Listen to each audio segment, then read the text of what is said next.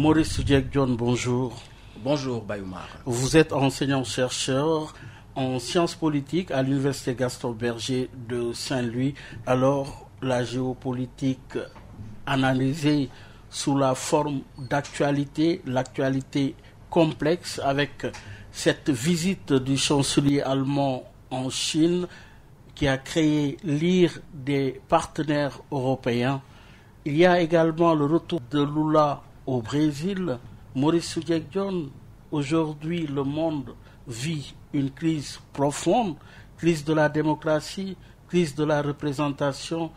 Oui, je crois qu'on est aujourd'hui dans une confrontation, dans une contradiction constante entre ce qu'on pourrait appeler la démocratie formelle et la démocratie substantielle, la démocratie procédurale qui consisterait en l'organisation régulière d'élections, qui consisterait donc à organiser la compétition au pouvoir, alors qu'on a aussi une forme substantielle de la démocratie, c'est-à-dire essayer de voir dans quelle mesure les programmes, les projets de société, les idées peuvent s'entrechoquer dans le sens de répondre au mieux aux préoccupations des populations. Malheureusement, au Sénégal, on est trop focalisé sur ces questions relatives à la conquête, à la conservation du pouvoir, au détriment des questions de fond, c'est-à-dire le choc des idées, le choc des programmes, le choc des projets de société, ce qui fait que la démocratie se ramène beaucoup à des confrontations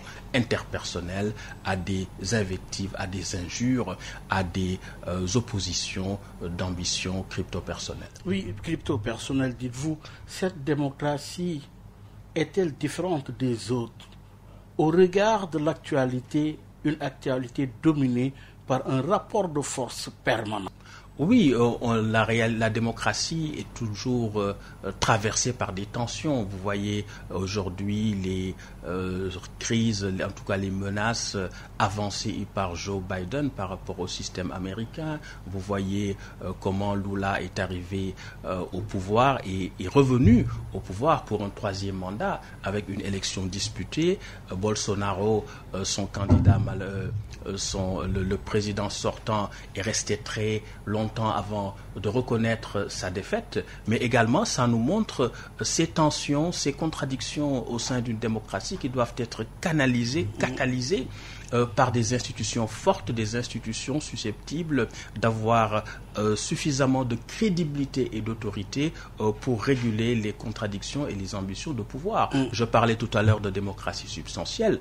Quand on voit ce que Lula a pu faire au Brésil, comme le programme bourse familiale, le programme Fin Zéro pour les populations les plus défavorisées, l'urbanisation des favelas. Ce qui a fait la différence au Brésil, oui, son projet, son programme social, tout ce qu'il avait comme stratégie à combattre la pauvreté au Brésil, est-ce que finalement c'est ce qui a fait la différence? Je pense que ça a été un élément essentiel parce que c'est ce qui a fait le lit de la popularité de Lula, oui. Et donc la lutte contre la pauvreté, lutte contre la faim, l'urbanisation des favelas, l'accès au crédit immobilier, démocratisation de l'accès au crédit immobilier. Donc tout cela va faire en sorte que finalement c'est quelqu'un qui s'est intéressé aux vrais problèmes du peuple et a su apporter des réponses efficaces, des réponses concrètes. C'est ça qui est à la base de sa popularité. Et revenant toujours sur cette dimension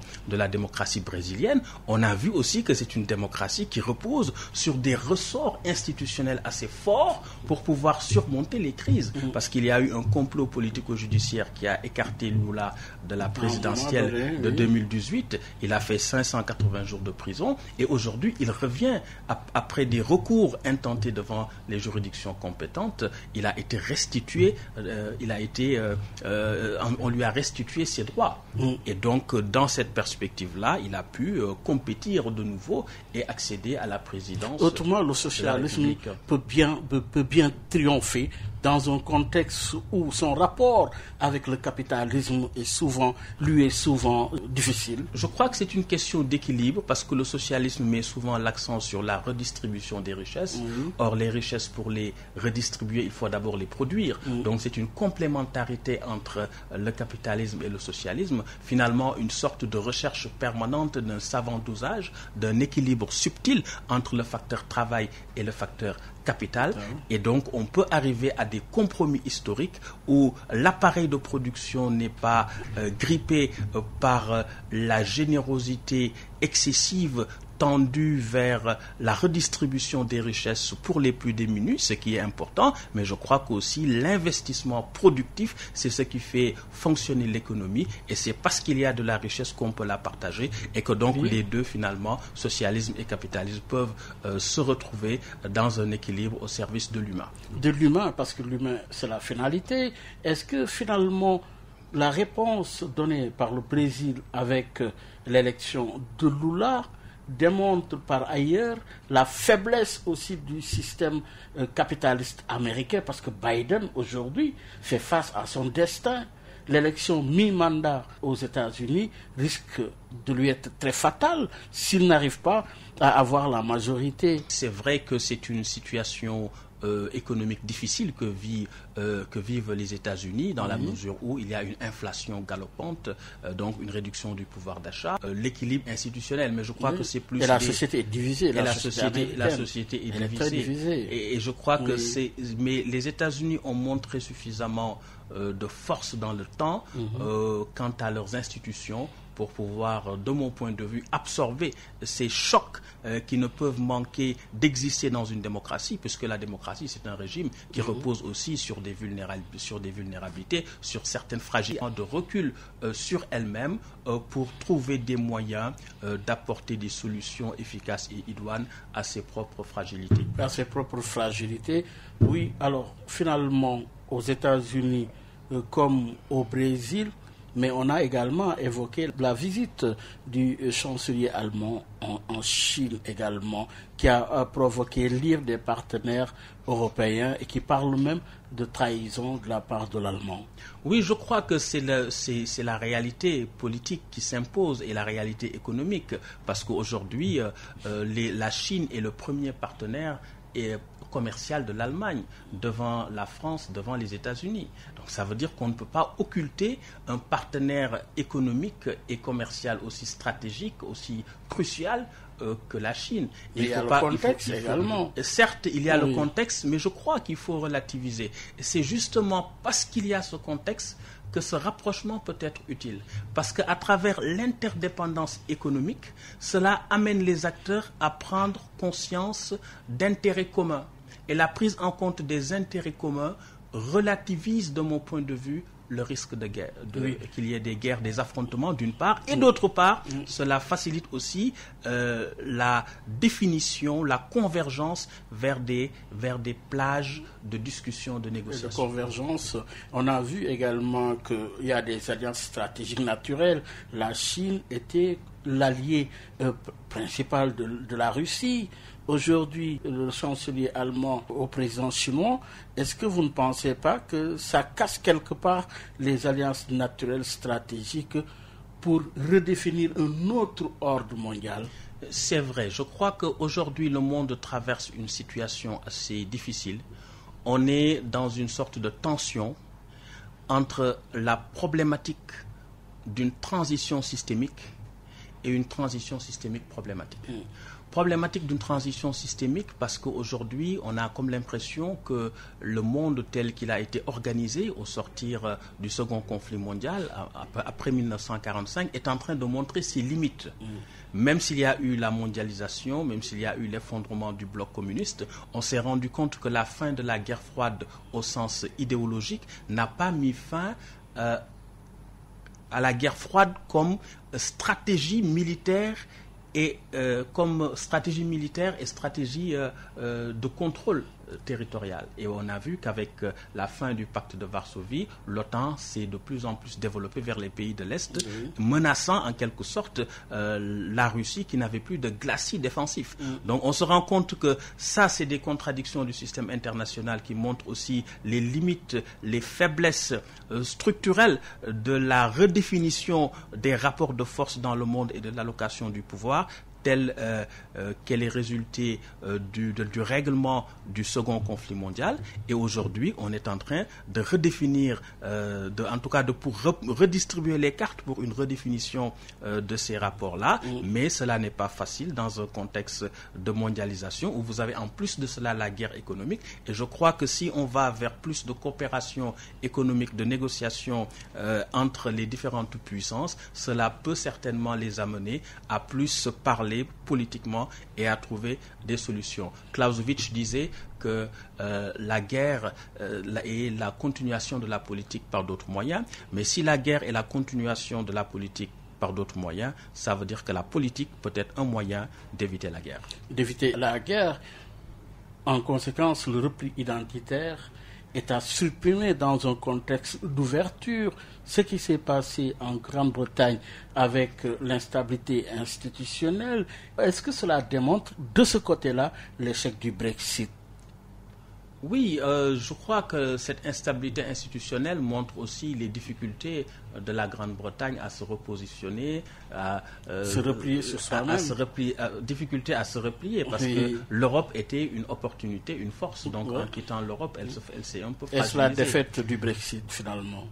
En tout cas, la Grande-Bretagne a choisi en toute souveraineté de quitter.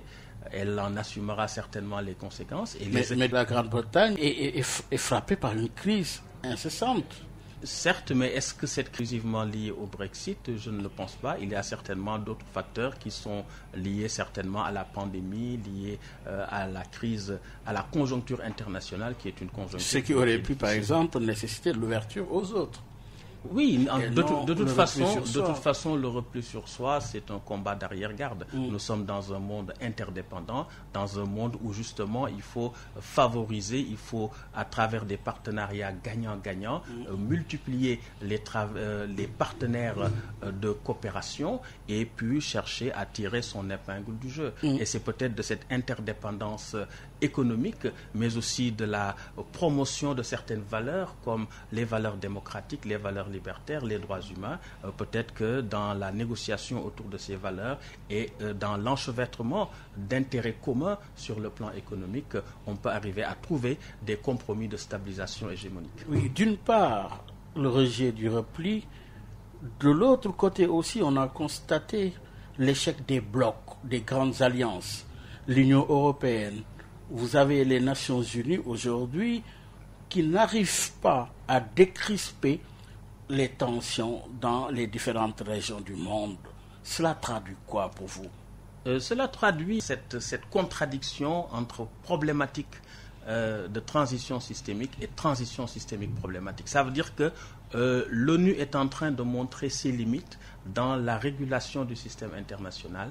Eh bien, l'émergence au plan économique de ce qu'on appelle les BRICS, le Brésil, la Russie, l'Inde, la Chine, l'Afrique du Sud, tout cela remet en cause fondamentalement l'ordre préétabli. Et donc tout cela, c'est des tensions, c'est des forces qui traversent le système international et qui sont à ce niveau conflictogènes. Nous avons d'une part une saillance de la conflictualité terroriste dans le système international à partir de 2001 et ensuite on a aussi une saillance de la conflictualité liée à des positionnements hégémoniques, à des jeux et des enjeux de puissance sur la scène internationale. En conséquence, pour ce qui est de la première partie, au regard des explications de la situation dans un contexte assez complexe de la géopolitique mondiale, il y a également en face l'Afrique. L'Afrique, le Sénégal dans lequel règne un débat qui ne finit pas. On parle de troisième mandat. À gauche, on parle de coup d'État militaire. À droite, on parle de la montée de l'intégrisme, du fondamentalisme et même du djihadisme. Aujourd'hui, À titre de comparaison, quel enseignement devront retenir de ces deux tableaux? Retenir tout simplement que nous sommes dans un monde en turbulence, en perpétuelle recomposition, et je crois que l'Afrique doit chercher à diversifier ses partenaires économiques et ses partenaires politiques, je le disais tout à l'heure, éviter de tomber dans l'isolationnisme ou dans le repli sur soi, comme on l'a vu avec le cas de la Grande-Bretagne, développer des partenariats gagnant-gagnant, mais se garder de penser qu'il y a d'un côté des puissances méchantes et de l'autre des puissances gentilles. Il n'y a pas de charité des nations. Il faut certes définir judicieusement, concrètement et stratégiquement l'intérêt national et voir quels sont les partenariats économiques et politiques les mieux adaptés pour pouvoir le défendre au mieux. Mais cela nécessite des réformes. Autrement, le cas de la CEDEAO aujourd'hui nécessite une analyse profonde de la situation au point où la CEDEAO n'arrive pas à trouver les remèdes face aux crises auxquelles sont confrontées les différentes régions en Afrique. Oui, la CEDEAO naturellement connaît certaines difficultés. Elle a un protocole sur la bonne gouvernance. Il y a aussi cette idée qu'il fallait peut-être renforcer ce protocole avec l'instauration d'une limitation des mandats à 2, ce qui n'a pas encore été accepté, puisque vous avez aussi au sein de la CEDEAO des pays leaders qui sont confrontés à cette problématique du 3e mandat. Est-ce qu'ils vont peut-être prêter le flanc en portant une telle revendication? Ça pose aussi des contradictions au niveau des États qui sont souverains quant à leur engagement, mais aussi au niveau des ambitions des différents leaders politiques qui, naturellement, pour défendre leur pouvoir, parfois le font au détriment des principes. Mais également le cas du Sénégal dans toutes ces explications, pendant que se débattent des questions à enjeu sur le plan géopolitique, sur le plan stratégique, il y a au Sénégal le débat politique. Oui, Maurice Soudieck-Dione, depuis fort longtemps, le Sénégal est gagné par le débat politique. Une surconsommation, si c'est le cas, vous me diriez, sinon également une surconsommation de la politique au Sénégal. L'agenda politique s'impose des urgences sociales. Quelle explication dans le fond? Dans le fond, c'est cette idée qu'on est beaucoup dans la démocratie formelle, c'est-à-dire on est dans la discussion, dans la négociation, dans la remise en cause permanente des règles du jeu. Et tant qu'on ne stabilise pas ces règles du jeu, on ne peut pas aller dans le fond, c'est-à-dire aller vers la démocratie substantielle, c'est-à-dire opposer les idées, les projets et les programmes. Autre chose, c'est que aussi on a au Sénégal une culture politique assez singulière qui consiste à toujours chercher à stigmatiser, à combattre à outrance l'opposition en utilisant les moyens de l'État. Et ça fait qu'on ramène les enjeux à des considérations personnelles. Et puis, cela nous renseigne aussi sur la nature du pouvoir. La nature du pouvoir, est-ce que le pouvoir est un moyen de réalisation du bien-être matériel et moral de ceux-là qui ont fait confiance aux gouvernants? Mais on se rend compte que de plus en plus que le pouvoir est plutôt perçu, vécu, utilisé comme un moyen de puissance et de réjouissance, de répression et d'accumulation. Oui, et dans le cas d'espèce, comment parler de république, l'opposer à la démocratie dans un cas pareil? Oui, je crois qu'on a au Sénégal, nous avons 3 faiblesses majeures. La première faiblesse majeure, c'est la problématique de la succession dans un système politique hyper présidentialisé. Le deuxième problème de fond, c'est la problématique de la consolidation de l'état de droit. La troisième problématique de fond, c'est la dépatrimonialisation de la gestion des affaires publiques. Et ces 3 problèmes de fond sont liés. Parce que le contrôle de l'appareil d'État, vous assurez l'impunité auparavant. Aujourd'hui, avec les avancées du système électoral, il est difficile de contrôler l'appareil d'État à partir du contrôle du système électoral. Et pourtant, on a toujours un système politique hyper présidentialisé qui favorise le piétinement des droits et des libertés, notamment des droits de l'opposition, et qui favorise le clientélisme. Ce qui fait que les gouvernants sont quelque part prisonniers, sont quelque part otages de l'appareil d'État à travers les pratiques autoritaires qu'ils exercent notamment sur l'opposition d'une part, mais à travers également les pratiques néopatrimoniales, c'est-à-dire de gestion des affaires publiques comme dans la jouissance d'une chose personnelle, en ne faisant pas la différence entre les ressources de l'État et les ressources des dirigeants. C'est-à-dire cette forme de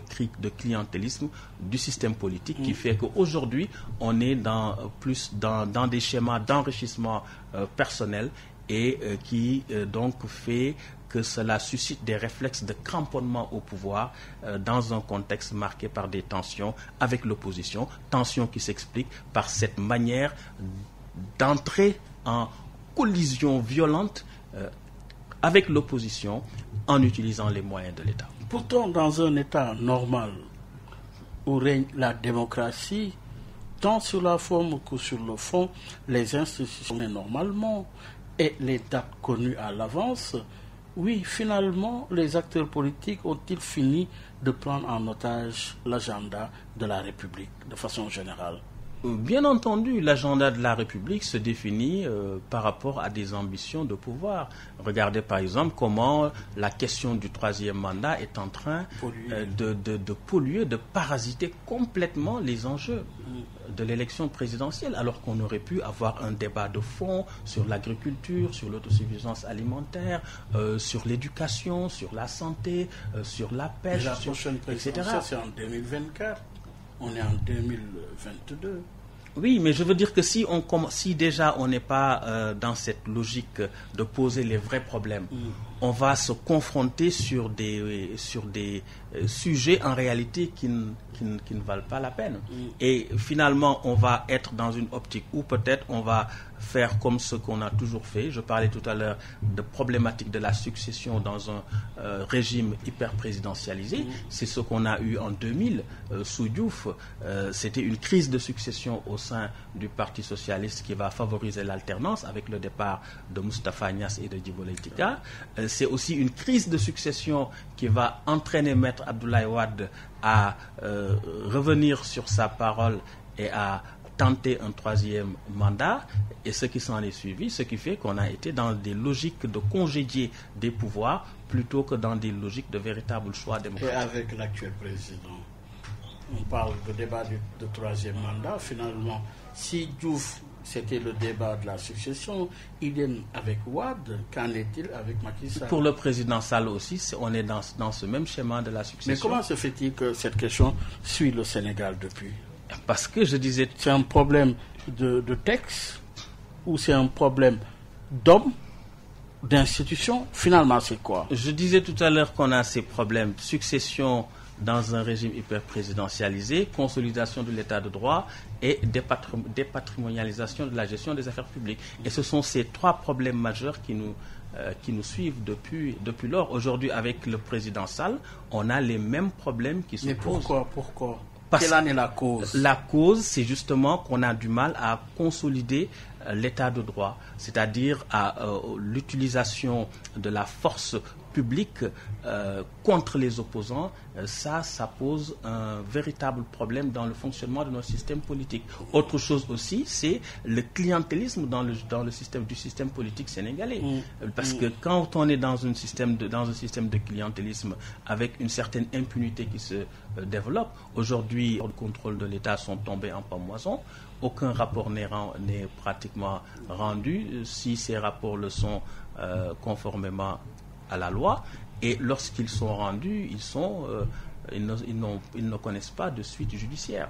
Donc tout cela fait qu'on a un système dérégulé parce que pour que le système soit régulé, il faut qu'il y ait des règles, que ces règles soient respectées, que ceux qui posent des actes de prévarication puissent être sanctionnés. Mais si tel n'est pas le cas, c'est comme si on laissait faire chacun selon son bon désir et son bon vouloir quant à la gestion des affaires publiques. Oui, et dans un pays où toutes les institutions fonctionnent, dans un pays où vous avez l'institution parlementaire, lieu de débat politique, vous avez également la justice, vous avez également l'exécutif, mais vous avez également, tous les pouvoirs, normalement en démocratie, qui doivent fonctionner.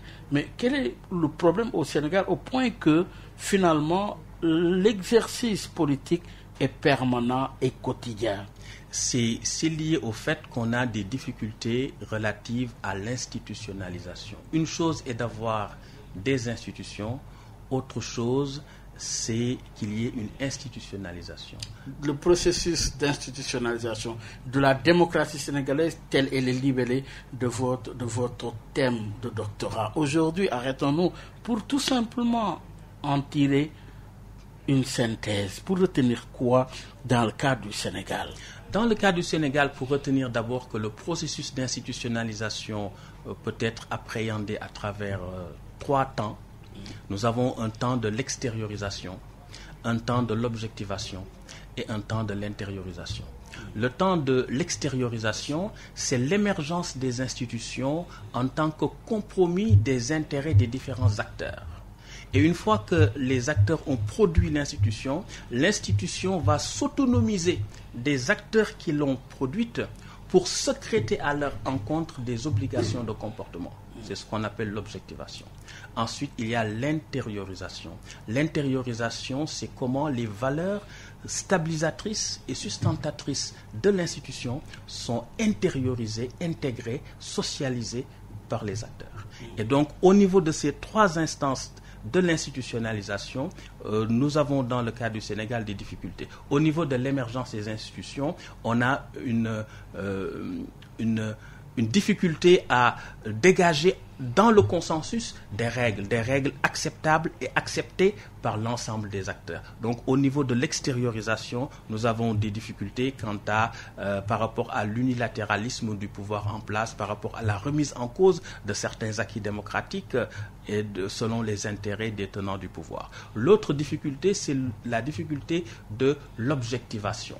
Difficulté de l'objectivation parce que pour que les institutions puissent secréter des obligations de comportement qui s'imposent aux acteurs même qui l'ont produite, eh bien, il faut que ces institutions aient suffisamment d'autorité et de crédibilité. Et malheureusement, lorsqu'on manipule les institutions, lorsqu'on les instrumentalise à des fins politiciennes, les institutions ne peuvent pas s'objectiver, ne peuvent pas s'autonomiser. Elles sont tenues par les acteurs qui doivent assurer leur régulation. Et donc, ces institutions ne peuvent plus, en retour, poser des obligations qui s'imposent à ces acteurs. Le 3e niveau de l'institutionnalisation, c'est le niveau de l'intériorisation, c'est le niveau de la culture démocratique. Et je disais que nous avons au Sénégal un déficit de culture démocratique, notamment dans les rapports entre pouvoir et opposition. C'est comme si, quand on est dans l'opposition, on doit être persécuté, on doit utiliser à outrance l'appareil d'État pour écraser des opposants. Et ça, c'est à peu près une constante dans la vie politique sénégalaise, depuis l'autoritarisme modéré du président Léopold Sédar Senghor au sortir de la crise du 17 décembre 1962, c'est-à-dire de 63 à 78 au moins, date de retour du multipartisme limité. Et sous le président Diouf, c'était pareil. Rappelez-vous du complot contre Maître Wade à propos des Libyens qui auraient tenté des manœuvres de subversion contre le Sénégal, jusqu'aux violences contre Maître Wade à Makacouli-Bantan, le colis piégé, etc. Et bien jusqu'à aujourd'hui les difficultés que rencontre un acteur comme Ousmane Sonko sur la scène politique, par exemple. Donc c'est comme si, quand on est dans l'opposition, il faut être persécuté. Et ça, c'est un déficit de culture démocratique au moment où nous avons à peu près 26 articles de la Constitution qui, quand même, reconnaissent les droits et libertés. Et c'est curieux de remarquer que l'article 58 de la Constitution vient rajouter que l'opposition a le droit de s'opposer. Si l'opposition n'a pas le droit de s'opposer, que va-t-elle faire dans une démocratie? Surtout en démocratie, la place et le rôle de l'opposition est importante. Bien entendu. Et c'est ça, l'opposition est un rouage essentiel dans une démocratie. Mais lorsque l'opposition est écrasée à outrance, avec la puissance publique, ça donne l'impression qu'on est finalement, qu'on n'est plus dans une démocratie, qu'on n'est plus dans une république, qu'on n'est plus dans un état de droit. Et ça, c'est extrêmement grave parce que ça provoque la faillite des institutions. Ce que j'appelle la faillite des institutions, c'est qu'il n'y ait plus cet investissement de sens, cette confiance que les citoyens projettent en les institutions pour leur donner l'autorité et la crédibilité qu'il faut, puisqu'ils ont le sentiment, puisque les institutions relèvent aussi de l'ordre des représentations et des perceptions, lorsqu'ils ont le sentiment que les institutions sont utilisées au service des ambitions de pouvoir des gouvernants, en violation des droits et libertés, eh bien cela finit par les décrédibiliser. Par les décrédibiliser, pour rappeler que vous suivez votre émission Objection qui reçoit Maurice Soudiek-Dione. Il est enseignant-chercheur en sciences politiques à l'université Gaston Berger de Saint-Louis. Alors, d'une part, le politique, de l'autre part, les urgences sociales. Faudrait-il les combiner ou dans une dynamique à tendance inflationniste? Quelle est la voie à suivre aujourd'hui? Il est même question de rencontre à la présidence entre le chef de l'État et les acteurs sociaux pour débattre de la cherté du coût de la vie. Où se situe l'urgence aujourd'hui? Elle est politique ou elle est sociale? L'urgence, elle est sociale en réalité. En tout cas, elle devrait être sociale. Mais apparemment, elle semble aussi être politique. Et même parfois, on a l'impression qu'elle est plus politique que sociale. Si vous voyez, le président est resté pendant... il a fait revenir en procédure d'urgence le poste de Premier ministre. Il est resté pratiquement 9 mois sans nommer un Premier ministre. Et donc cela est de nature à fragiliser l'action du gouvernement en attendant qu'il y ait les élections locales, ensuite en attendant qu'il y ait que passent les élections législatives. Pendant tout ce temps-là, on aurait pu avoir un gouvernement qui prenne à bras le corps les questions sociales. Parce que la question de la cherté de la vie, c'est une question qu'il faut gérer à temps plein, pas par intermittence. Et finalement, aujourd'hui, les questions d'intérêt national, on voit que dans beaucoup de démocraties, c'est des intérêts, plutôt c'est des questions qui sont discutées. La recherche de consensus aidant, ces questions sont débattues par toute la classe, que ce soit politique, sociale, économique. Qu'est-ce qui fait aujourd'hui que le Sénégal se distingue lorsqu'il se joue de questions aussi importantes? Oui, je crois que le Sénégal s'est toujours distingué par une certaine capacité de la classe politique à discuter, à trouver des compromis, à négocier. Mais depuis un certain temps, on voit que il y a une certaine radicalisation des acteurs politiques. Pourquoi? Comment en est-on arrivé là? On en est arrivé là par des pratiques autoritaires. Cette manière de frapper, de casser de l'opposant à outrance, va finalement déplacer le jeu pour en faire non plus un jeu marqué par l'adversité, mais par l'inimitié. Et ça, c'est dangereux pour la stabilité. On parlait tout à l'heure de l'institutionnalisation. Le génie de la société, le génie de la démocratie, c'est de pouvoir gommer, de transcender les différences, pas forcément les divisions, les différences pour en faire des sources de richesse et non pas des sources de confrontation. À l'heure du bilan, que devons-nous retenir? La faiblesse de nos institutions ou défaillance de la classe politique sénégalaise? Nos institutions, on ne peut pas dire dans l'absolu qu'elles sont faibles, parce que d'abord les institutions se construisent, c'est un travail permanent et constant, mais il faut dire que les institutions sont fragilisées. Mais dans cette fragilisation des institutions, celles-ci trouvent toujours suffisamment de recul et de ressort, avec l'aide d'un peuple mature, bien entendu, pour pouvoir rebondir. Mais je crois qu'il faut faire attention parce qu'autrement, on ne serait pas à l'abri de crises politiques graves avec cette danse au bord du précipice où on est dans le jusqu'au-boutisme dans certaines sphères de la classe politique. Et cette ambiance à la sénégalaise vous inquiète-t-elle? Oui, je crois qu'elle est inquiétante au sens où cela doit interpeller tous les acteurs et tous les citoyens pour tirer la sonnette d'alarme et essayer de sortir de cet engrenage en restituant aux institutions leur véritable rôle et bien en laissant jouer de la manière la plus transparente et la plus objective les règles démocratiques. Ainsi, pourquoi 2000 est autant convoité? Pourquoi? Parce que certainement on va vers des élections où... Y a-t-il une particularité? Une particularité, peut-être, elle serait liée au fait que le président sortant ne peut pas être candidat, puisque la Constitution est claire de ce point de vue. Nul ne peut exercer plus de 2 mandats consécutifs. Et là, si on s'en tient seulement à la dimension linguistique, nul, c'est un pronom qui remplace un nom, et lorsque le pronom est impersonnel, il peut remplacer tous les noms. Eh bien, si on reprend le libellé de l'article 27, c'est le mandat du président de la République est de 5 ans. Nul ne peut exercer plus de 2 mandats consécutifs. Si vous remplacez nul par la personne concernée par la situation juridique visée, vous avez Macky Sall ne peut pas exercer plus de 2 mandats consécutifs. Ça ne peut pas être plus clair. À la démonstration, ce que vaut l'explication ici. Alors oui, finalement, Macky Sall est-il dans une bonne posture? Est-il dans une situation délicate? Naturellement, il est dans une situation délicate parce que c'est un peu la même situation à laquelle se trouvait Maître Wade. Ça nous ramène à cette question de la succession dont je parlais, la question de la succession dans un régime hyper-présidentialisé. Aujourd'hui, le président Sall n'a pratiquement préparé personne. Il a été à la limite obligé de choisir Amadou Ba comme Premier ministre. Et aujourd'hui, dans l'APR, il n'y a que la carte Macky Sall qui semble se dessiner et il n'a pas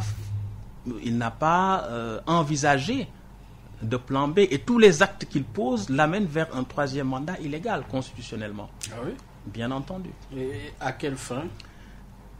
Je disais tout à l'heure qu'on est dans un système caractérisé par une difficulté relative à la succession dans un régime hyper présidentialisé, un problème lié à la dépatrimonialisation du jeu de la gestion des affaires publiques et à la consolidation de l'état de droit.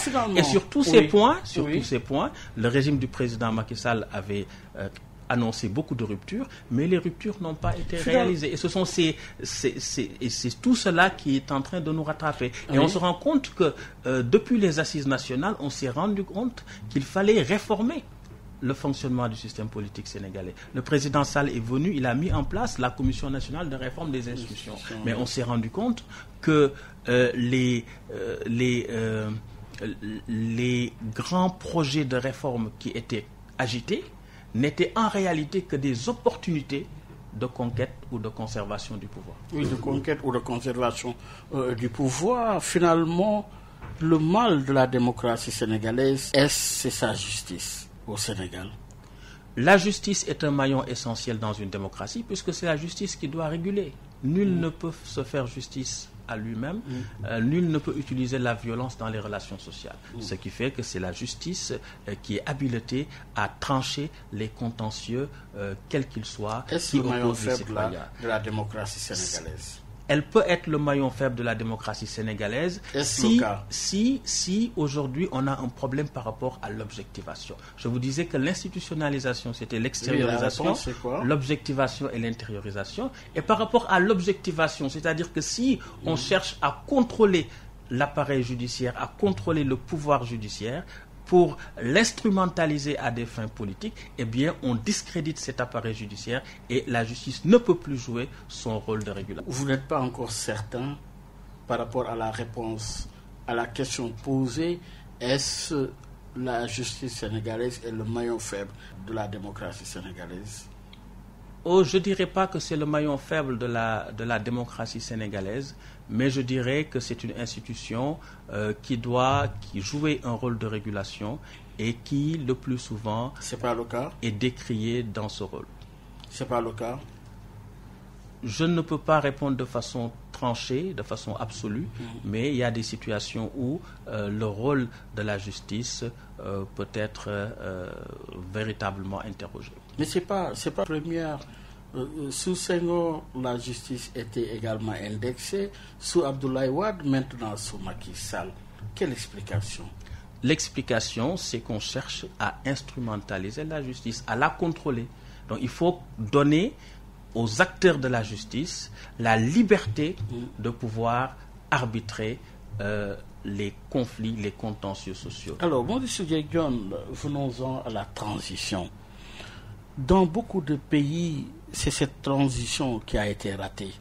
Le cas du Sénégal nécessite lecture. En 2012, durant les assises nationales, on avait parlé de transition, de période de transition. Ce n'est pas le cas. Est-ce que le Sénégal a raté un virage important? C'est ce virage de la transition qui nous suit jusqu'à présent.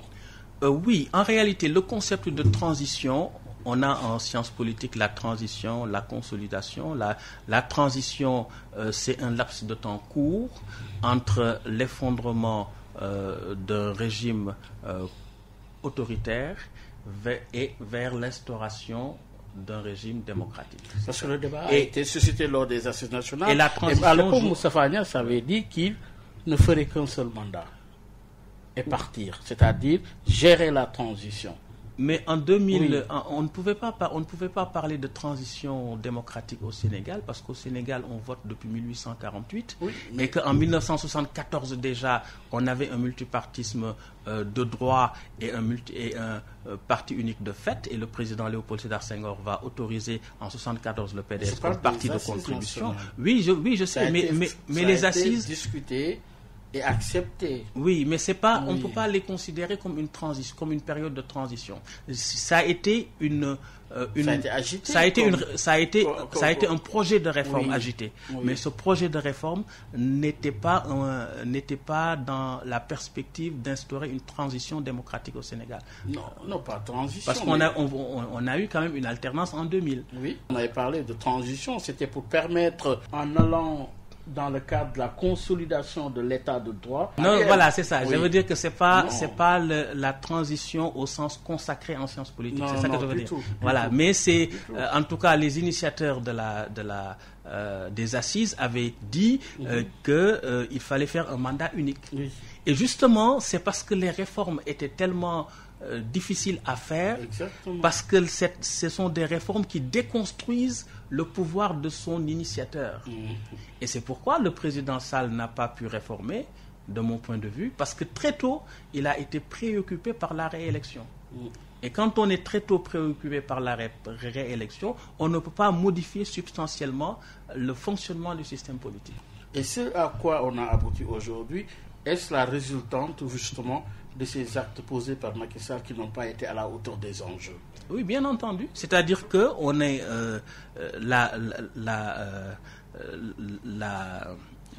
la définition, la mise en œuvre, puisque les réformes étaient déjà faites, et on a eu des réformes formidables, les assises nationales, le rapport de la Commission nationale de réforme des institutions, c'est des idées très très intéressantes.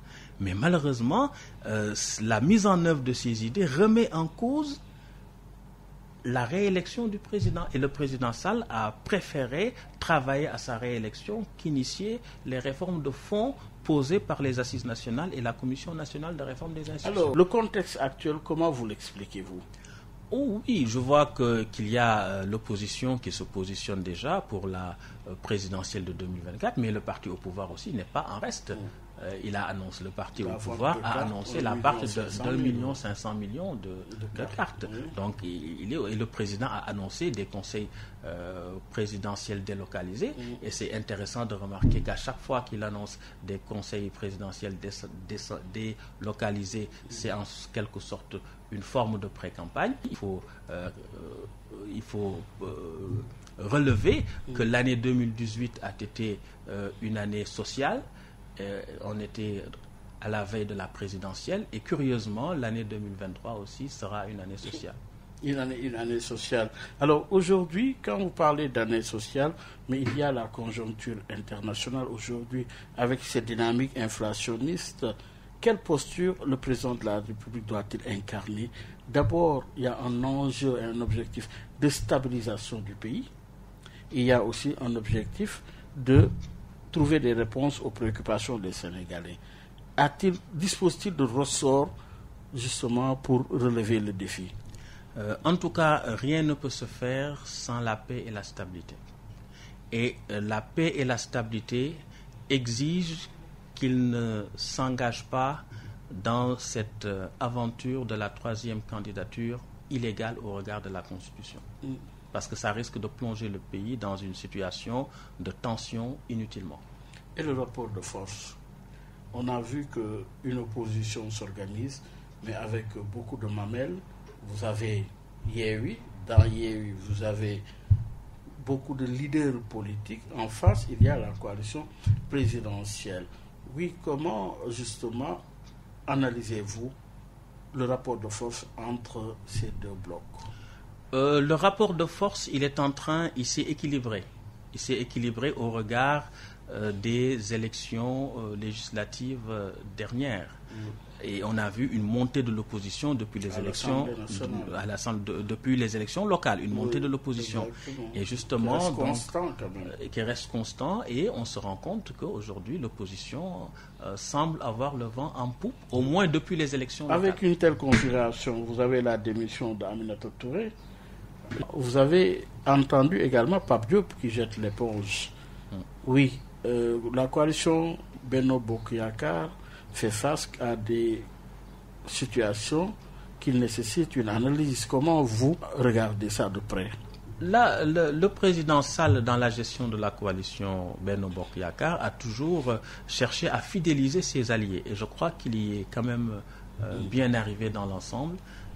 Il a pu tenir sa coalition et il a pu tirer les leçons de la chute du président Wade. Si vous prenez le M23 par exemple, l'essentiel des membres du M23 c'était des anciens collaborateurs du président Wade. Et si vous additionnez les suffrages obtenus par le président Wade et le candidat Abdoulaye Wade, le candidat Macky Sall, le candidat Idrissa Seck et Cheikh Tidiane Gadio, vous avez plus de 60% des voix en 2012. Ce fut le cas également sous Diouf, quand vous additionnez les voix de Moustapha Niasse et de Djibo Leyti Ka que vous rajoutez à celle du PS, vous avez une majorité forte. Donc ça veut dire que finalement les alternances sont arrivées à chaque fois qu'il y a eu une désagrégation de la majorité présidentielle. Et c'est ce que le président Sall a évité, et je crois qu'il a eu un succès dans la fidélisation de sa coalition. Et en perspective de 2024? En perspective de 2024, naturellement, il y a une certaine incertitude. Aujourd'hui, la coalition est bâtie autour du dénominateur commun de soutenir le président Sall, qui ne peut pas être candidat en 2024. Eh bien, naturellement, la coalition traverse une période d'incertitude puisqu'elle n'a pas encore désigné un éventuel candidat autre que le président Sall. Autre que le président Sall, justement avec l'Assemblée nationale, lieu de débat public, aujourd'hui, avec une telle configuration où Pape Diop risque de ne plus justement siéger à l'Assemblée nationale, ce qui est sûr, c'est que c'est son parti qui va envoyer un autre représentant. Aujourd'hui, comment voyez-vous l'ambiance au sein de l'hémicycle avec tout ce que cela donne comme proposition de loi, comme projet de loi? Il y a également le projet d'amnistie qui concerne des leaders politiques comme Khalifa Sall, comme Karim Wade. Oui, avec le recul, quelle perception avez-vous de cette problématique? Je pense que Pape Diop quitte l'Assemblée, mais il reste dans la coalition. Certes, il n'a pas annoncé qu'il quittait la coalition au pouvoir, et donc ce n'est pas une sortie qui peut-être va affaiblir, en tout cas d'après ce qu'on en a sait jusqu'ici, s'il n'y a pas une évolution de la situation, ça ne risque pas d'affaiblir la coalition. Pour la dernière question, il est question de plus en plus, avec ce qui se passe dans la sous-région, le président Sall qui est également président de l'Union africaine. Vous avez suivi également, pour ce qui est de la sous-région, tout ce qu'il y a comme problématique majeure en Guinée, au Burkina, au Mali, avec le partenaire traditionnel qui est la France. L'Afrique pose d'autres initiatives. on parle de démultiplier les partenaires.